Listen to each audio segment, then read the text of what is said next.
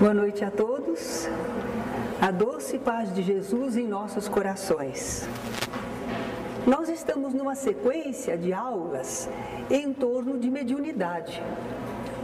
E hoje a nossa aula tem o título De graça recebestes, de graça dai.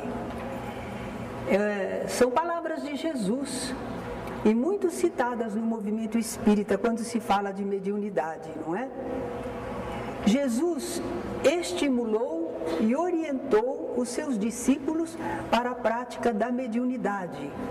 Vocês se recordam que ao tempo de Moisés havia a proibição, mas ao tempo de Jesus não havia mais proibição, pelo contrário.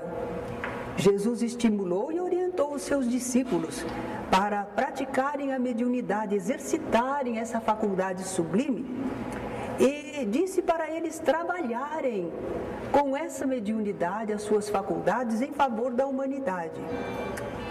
Jesus fez então várias recomendações.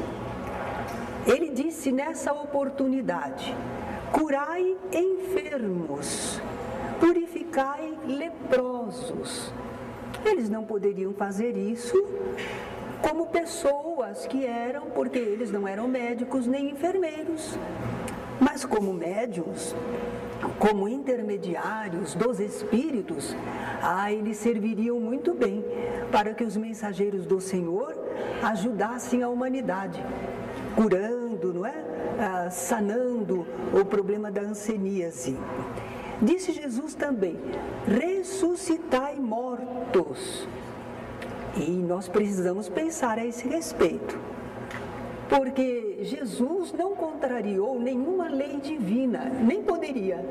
Quem é que pode agir contra as leis de Deus? As leis de Deus já estão estabelecidas no universo. Tudo e todos estão submetidos à lei de Deus. E a morte corpórea é um desses fatos que seguem a uma lei divina. E ninguém pode modificar. Uma vez que o corpo morre, o espírito não consegue mais atuar sobre ele. Não há como, não é? Então, quando Jesus disse ressuscitai mortos, ele não estava dizendo para fazerem corpos mortos voltarem à vida. Se vocês repararem, os seguidores de Jesus e quem trabalha hoje com o ensinamento de Jesus faz muita coisa, ajuda os enfermos, suaviza dores, mas não ressuscita mortos. A gente segue Jesus, com um passe se alivia alguém, a gente faz assim o afastamento de demônios. A gente sabe que não eram demônios no sentido do termo, não é? Espíritos para sempre rebeldes a Deus, isso não existe. Mas era o termo que eles colocaram para designar os espíritos agressivos, perturbadores, não é? Então, nós também fazemos afastamento dos espíritos, dialogamos com eles, conseguimos tocar-lhes o coração. A vida para eles continua e eles podem se renovar e se melhorarem. Agora, ressuscitar mortos nenhum de nós vai fazer, nem nunca fez. E o próprio Jesus também não. Vocês já sabem que às vezes as pessoas estavam em estado de letargia, que é a morte aparente, e para o povo daquela época, há 2000 anos atrás, aquilo era morte. E também a região lá era de um clima muito quente. E quando alguém morria, que eles achavam que estava morto, eles procuravam sepultar rapidamente, porque a decomposição se fazia logo. Então eles não demoravam com o corpo em longo velório. Por isso, então, algumas vezes, eles estavam conduzindo pessoas, como o filho da viúva de Naim, que estava indo no féretro para o seu sepultamento. E Jesus, compadecido, deu uma ordem ao rapaz: levanta-te, toma de novo a tua vida. Porque Jesus tinha um grande potencial magnético, tinha autoridade moral, e ele então conseguia retirar o espírito daquele estado corpóreo difícil. Eram curas curas que Jesus realizava, e não fazer um corpo morto voltar à vida. Não era isso. Enfim, como as pessoas não entenderam, até hoje vivem falando de ressurreição dos corpos. Eu também só entendi por que, sem intuito de crítica, mas de nós compararmos. Eu não entendia por que os católicos insistiam na questão ressurreição da carne. Até que eu fui fazer uma palestra, uma aula sobre anjos e demônios. E aí eu encontrei a doutrina católica que dizia assim, que Deus criou os anjos puro espíritos. Eles não têm matéria, não têm corpo. Eles já foram criados por Deus puro espírito, para serem os seus ministros, os seus mensageiros sobre a humanidade. Mas o ser humano foi criado corpo e espírito, alma. Então, a pessoa humana, quando morre, segundo eles entendem, tem que ressurgir alma e corpo, porque senão não é uma pessoa humana. A pessoa humana é corpo e alma. Então precisa ressurgir o corpo, é isso que eles pensam. Mas nós espíritas sabemos que o espírito já existia antes de se formar o corpo. O espírito já existia na vida espiritual. Então ele encarna, ele utiliza o corpo, mas quando o corpo não serve mais, o corpo morre, o espírito se liberta e continua vivendo como espírito que ele era. A diferença é essa. Daí nós não nos preocuparmos e não acharmos que há ressurreição da carne. Mas os que estão apegados a essa ideia, não é? Acham maravilhoso, ele ressuscitou mortos. Não, ele não ressuscitou mortos. Ele curou corpos que estavam em letargia, no estado de morte aparente. E foi uma grande obra que ele fez, uma coisa admirável, não é qualquer pessoa que consegue, não é? Em relação à vida espiritual, convém lembrar também Jesus, porque ele disse, Deus não é Deus de mortos, porque para ele todos vivem. O corpo morre, mas o que Deus criou imortal é a essência espiritual. Nós somos seres espirituais e não morremos nunca. E quando nós estamos libertos da carne, nós estamos vivendo espiritualmente. Para Deus, imagine se somos mortos. O corpo é que foi morto, não é?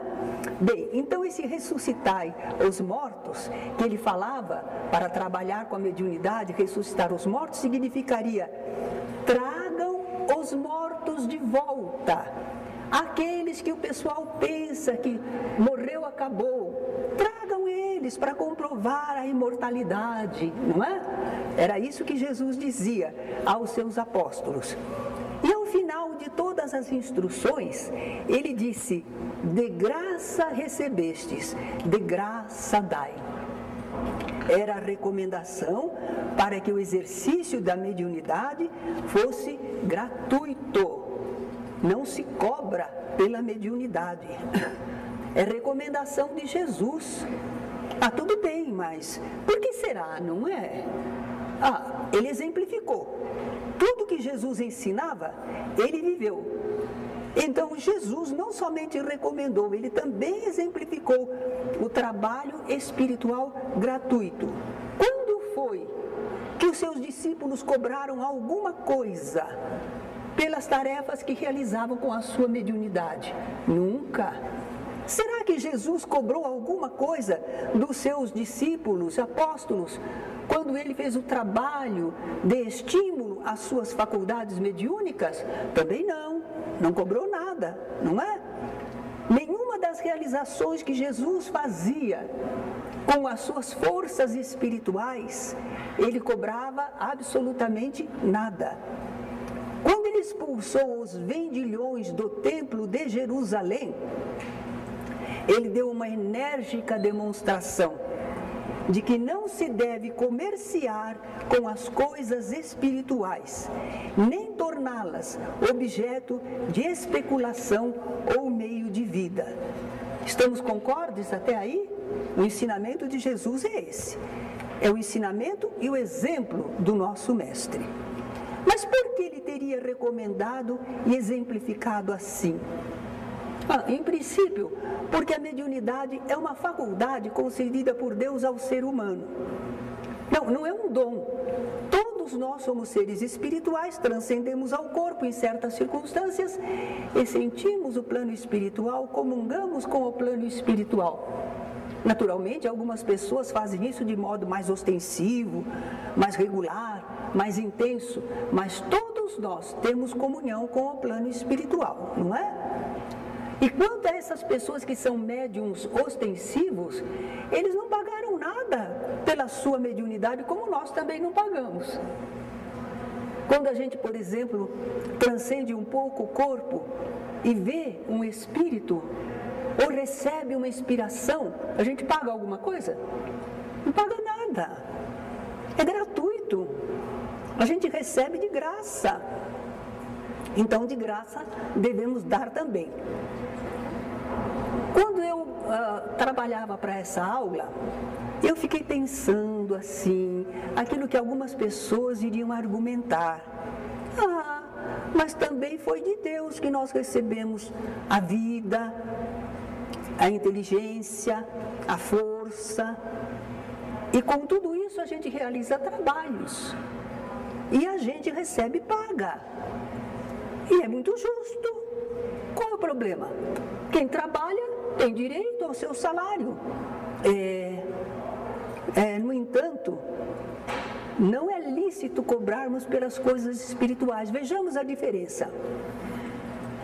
Quando nós cobramos pelo nosso trabalho físico ou intelectual, nós estamos fazendo um trabalho que atende às necessidades da vida terrena, nossas e dos nossos semelhantes. A gente faz alguma coisa que é útil para o conjunto. E cada coisa que a gente faz representa uma permuta.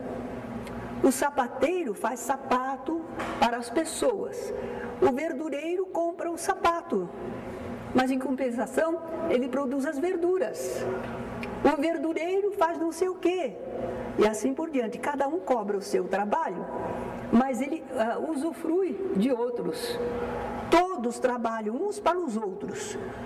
A pessoa produz o que precisa, aquilo que ela é capaz, e os outros recebem e, por sua vez, também prestam serviços. Então, cada qual das pessoas tem sua capacidade ou aptidão. E essa capacidade ou aptidão é útil no conjunto humano. Todos podem fazer alguma coisa útil para o conjunto, todos podem ganhar o seu pão. A gente abre exceção para criancinhas, para idosos, para aqueles que estão muito enfermos. A gente não vai exigir, não é? Que eles trabalhem, não está em condição. Mas todos os outras pessoas, todos nós nos sentimos dignos. Eu ganho pão com o suor do meu rosto, quer dizer, eu sou capaz de me manter. Eu faço alguma coisa que é necessária ao conjunto. Eu permuto o meu trabalho com aquilo que os outros produzem. Muito bom. É justo, é indispensável que esse trabalho terreno seja remunerado, que cada um receba pelo que faz o salário devido, que vai assegurar a sua sobrevivência corpórea. Agora imaginemos se a mediunidade for colocada como comércio ou profissão. O que será que pode acontecer? Os pobres terão dificuldade, impedimento ao esclarecimento espiritual, ao conforto, ajuda. Porque o pobre não pode pagar. E se a mediunidade está sendo paga, o pobrezinho fica olhando, mas ele não tem dinheiro para se aproximar das coisas espirituais. Se estiver sendo cobrada, tadinho dos pobres. Eles ficam alijados do amparo espiritual. Por isso mesmo, Allan Kardec diz assim: Deus quer que a luz chegue a todos. Não quer que o mais pobre dela fique privado e possa dizer: não tenho fé, porque não a pude pagar. Não tive o consolo de receber encorajamentos e os testemunhos de afeição daqueles que eu pranteio, porque sou pobre. Já imaginaram? A pessoa não alcança, não tem direito ao consolo de saber que os seus entes queridos prosseguem vivendo, porque não pode pagar o médium para intermediar os seus seres espirituais. E ele também não tem certeza da imortalidade, porque ele não pode dialogar com espíritos, presenciar acontecimentos. Então ele só ouve falar: olha, a vida continua, mas ele nunca teve comprovação, porque ele nunca teve acesso às reuniões mediúnicas, às manifestações de espíritos. Não é doloroso isso? Outra coisa, o médium, quando cobra pelo seu exercício mediúnico, ele recebe paga. Mas quem é que produz o trabalho? Os espíritos. Não é imoral? Eu estou lucrando com o trabalho dos espíritos. Eu estou explorando os espíritos. Faz isso aí, espírito, ó, por meu intermédio, estou eu aqui, pode me usar. Mas quem trabalha é o espírito. Quem dita uma página linda, quem dá uma informação, é o espírito, não é você. Você é só o porta-voz, você é só o intermediário, você é o profeta. Muito bem.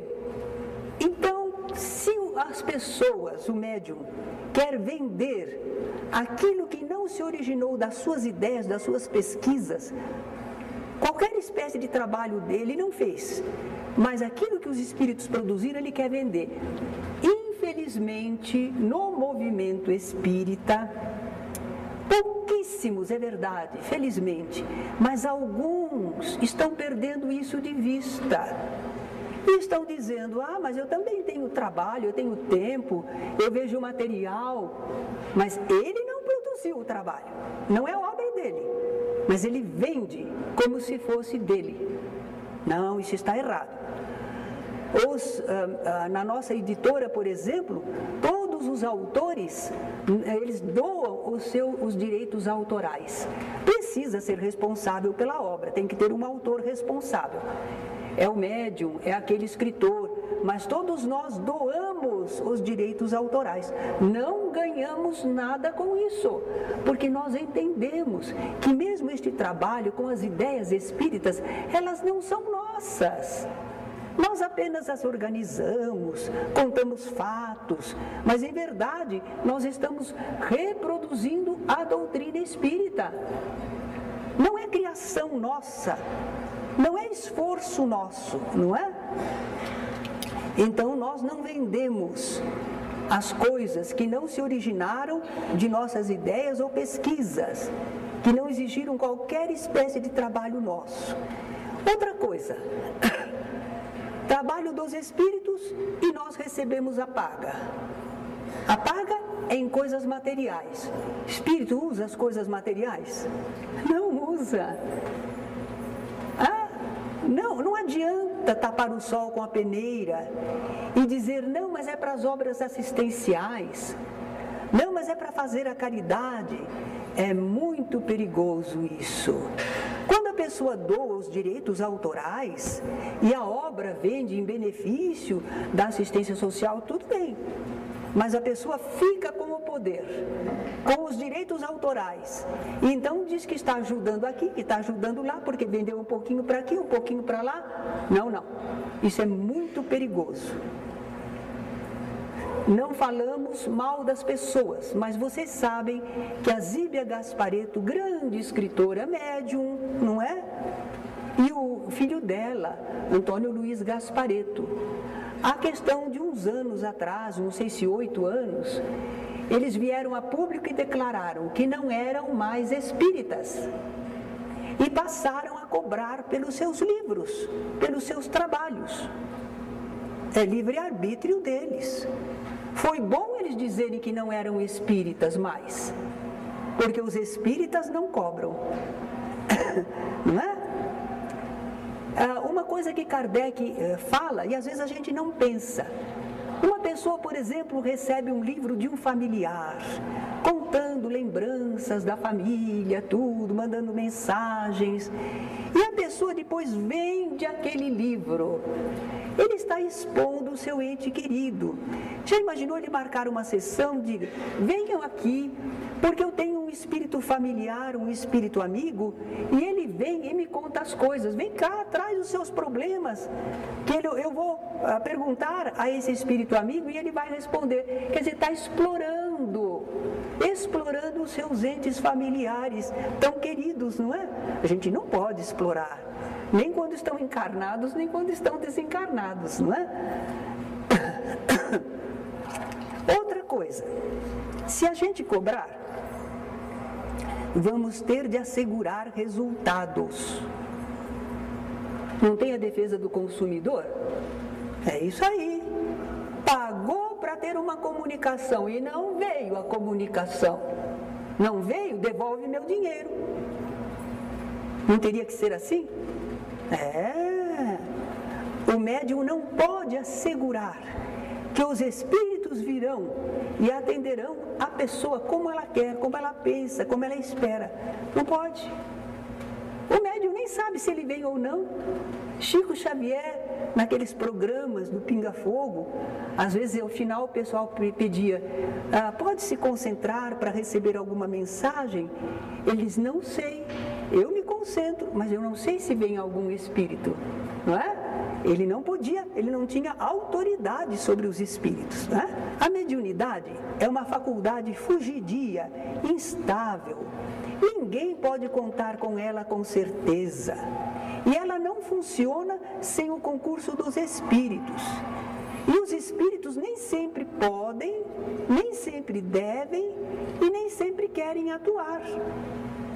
Os bons espíritos, às vezes, não querem atuar. Por quê? Porque eles não querem ser coniventes com o erro do médium que está cobrando pela consulta. Ele estaria ajudando o médium a errar, então ele não quer fazer isso. E os maus espíritos? Também não, porque eles não gostam de ser explorados. Que é isso? Está ganhando dinheiro a minhas custas? Ele é um mau espírito, mas ele também não gosta de ser explorado, não é? Outro ponto a considerar. Quando nós cobramos pelo exercício da mediunidade, nós lançamos descrédito sobre essa faculdade. Tudo que se pode comprar tem pouco valor, hein? Amor comprado? Não, o que é puro, o que é verdadeiro não se compra, né? Mas se você pode comprar mediunidade, deve ser bem barata essa mediunidade, hein? Deve valer muito pouco, hein? Se a gente cobra pela mediunidade, nós lançamos descrédito sobre nós mesmos e sobre o intercâmbio espiritual. O pessoal começa a duvidar, a desacreditar da manifestação mediúnica. As pessoas perdem a sua fonte de informações, de conforto, de ajuda espiritual. É um grande prejuízo para o progresso moral da humanidade. Enquanto nós conservamos a mediunidade pura, sem troca por nenhum benefício material, pessoal, então nós a consideramos algo importante, valioso, não é? Mas se a gente comercia com a mediunidade, é coisa banal, perdeu o seu valor. Por isso mesmo Allan Kardec diz, a mediunidade séria nunca pode constituir uma profissão. Isso a desacredita moralmente. E a faria semelhante aos ledores da Buena Dicha. É o pessoal que lê sorte. O pessoal lê sorte, né? Sempre fala coisas boas, porque é o que a pessoa quer ouvir. Imagine se alguém que lê sorte vai falar alguma coisa má pra gente. A gente não quer nem pagar, vai embora, tá me agourando, né? Esse tráfico, degenerado em abuso, explorado pelo charlatanismo, a ignorância e a credulidade dos supersticiosos, foi o que levou Moisés a proibi-la. Por isso, estava desacreditada, estava sendo mal usada, não é? Mas o Espiritismo, compreendendo o aspecto sério do fenômeno, desacreditou a sua exploração e elevou a mediunidade ao grau de missão. A mediunidade é coisa santa, que deve ser praticada santamente, religiosamente. Talvez que alguém diga: mas eu não cobro nada não recebo dinheiro nenhum. Não recebe? Mas recebe um lucro, uma vantagem, um interesse pessoal assistido, satisfação da vaidade, do orgulho, tudo isso também é paga. Tudo isso está ganhando alguma coisa. Não. A gente só tem que ganhar de Deus. A recompensa de Deus, não é? Um médium dá seu tempo ao público. Ele fica horas atendendo ao público. E ele diz que faz isso no interesse da causa espírita. Mas que ele não pode dar todo esse tempo de graça. Sabe o que Kardec pergunta nesse caso? Será no interesse da causa ou no seu próprio interesse que ele dá esse tempo? E não será porque ele entrevê aí uma ocupação lucrativa? Por este preço, encontram-se sempre pessoas devotadas. Será que ele não tem um outro trabalho à sua disposição? Só tem o trabalho da mediunidade para sobreviver? Não, né? Quem não tiver com que viver, procure recurso fora da mediunidade. Se quiser, consagre-lhe materialmente o tempo disponível. Só tem 1 horinha disponível. Tudo bem. 1 hora por semana. Tudo bem. Tenho 2 horas por semana. Ótimo. Eu posso atender 2 vezes por semana. Muito bem. Você dá o tempo que você pode para o serviço espiritual. Os espíritos levarão em conta o seu devotamento e sacrifício, ao passo que se afastam, os bons espíritos se afastam da pessoa que quer fazer da mediunidade escabelo, quer dizer, é um banquinho para apoiar o pé para ir mais alto. Tem gente que quer subir com a mediunidade, fazendo a mediunidade ser paga. Não, os bons espíritos se afastam. Agora, Kardec faz uma consideração que para nós aqui no Brasil fica meio esquisita. A gente de princípio não entende. Ele diz: a parte estas considerações morais, não contestamos de modo nenhum que possa haver médiuns interesseiros, honrados e conscienciosos, porque há pessoas honestas em todas as profissões. A gente diz: como? Porque aqui no Brasil, a gente não tem essa ideia, não é?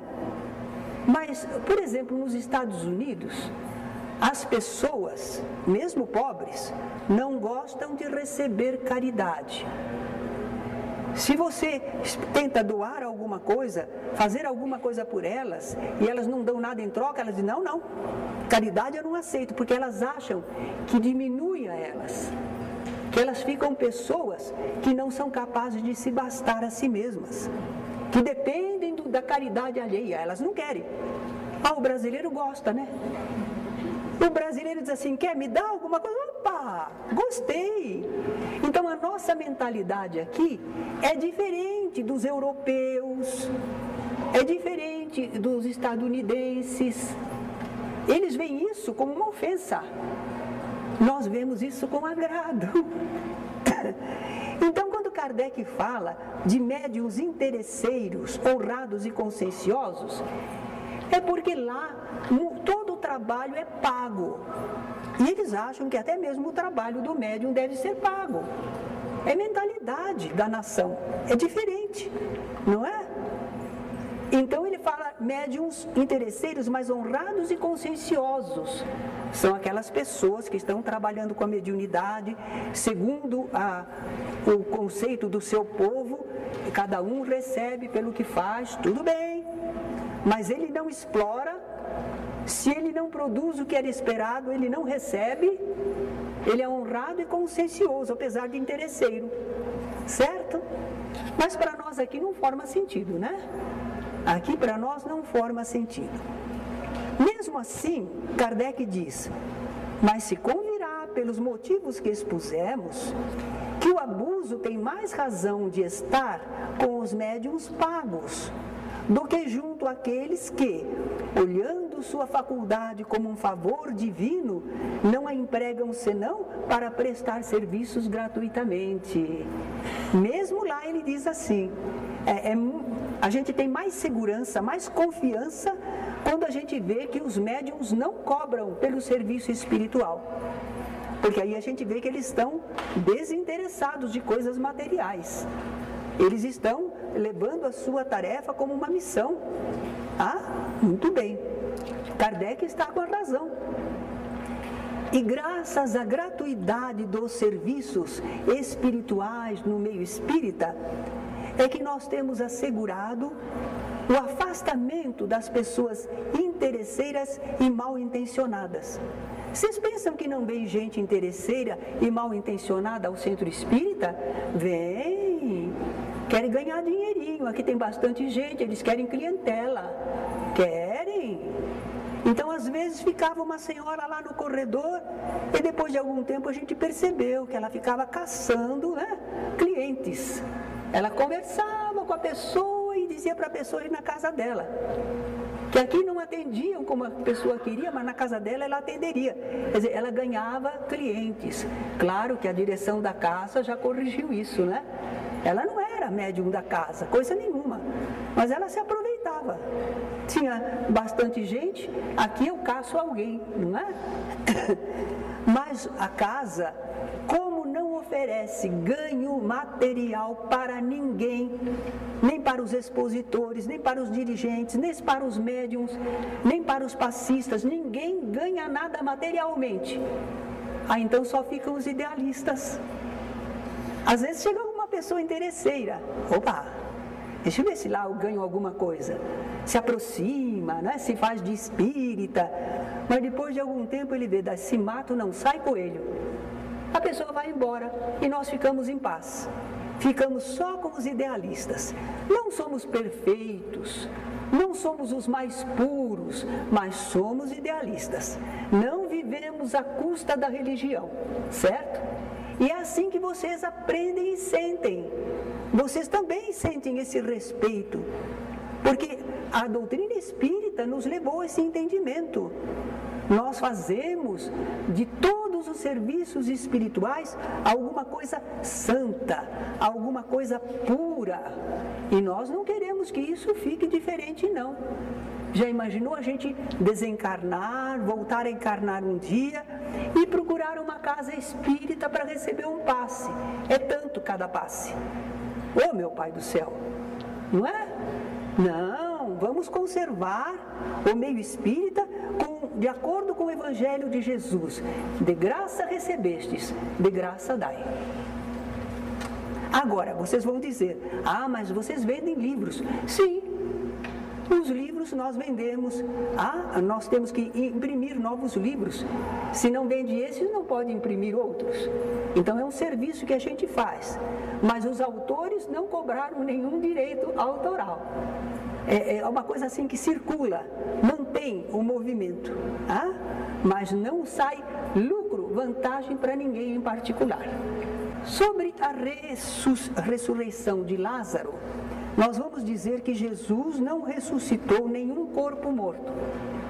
Porque a lei divina é, morre o corpo, não dá para fazer mais nada. Não adianta, não adianta. Enquanto não morreu, enquanto está em coma, enquanto está no aparelho, tudo bem, mas morreu o corpo, a vitalidade, o fluido vital se escoa e não tem como ninguém atuar sobre ele. Certo? Então Jesus não poderia modificar a lei divina. Jesus não agiu contra nenhuma lei divina. Ele cumpriu as leis divinas. Lázaro era muito amigo de Jesus, ele e as duas irmãs dele, Marta e Maria. Quando Lázaro ficou doente, mandaram avisar Jesus. Jesus estava a uma distância de 2 dias de viagem. Mas a notícia chegou lá para Jesus. Está enfermo aquele que tu amas. Porque Jesus gostava muito daquela família. Jesus respondeu: essa enfermidade não é para a morte. Quer dizer que Jesus sabia do que Lázaro sofria, não é? E ficou por ali. Ficou por ali mais um tempinho, uns 2 dias. Quando terminou a tarefa lá, ele disse para os apóstolos: vamos, porque Lázaro dorme e eu vou despertá-lo. Os apóstolos disseram: se ele dorme, deve estar bem, né? Vai ver que passou a crise, está dormindo, o doente está bom, né? Aí Jesus falou na linguagem deles: Lázaro está morto e eu vou ressuscitá-lo. Falou segundo eles pensavam, não sobre a verdade, porque a verdade é que Jesus disse: Lázaro dorme. Certo? Bem, então chegou Jesus lá na casa de Lázaro. As irmãs vieram chorando, uma delas disse assim: Senhor, se estivesses aqui, o meu irmão não teria morrido, não é? Aí Jesus então pediu para tirarem a pedra que fechava a gruta, porque eles não enterravam no chão. Eles enterravam em grutas, ali era uma região calcária. Então tinha oxigênio. Lázaro não estava sufocado embaixo da terra. Ele estava num lugar depositado onde havia oxigênio. Jesus falou para tirarem a pedra. A irmã falou assim: não, Senhor, porque já cheira mal, já é o 4º dia.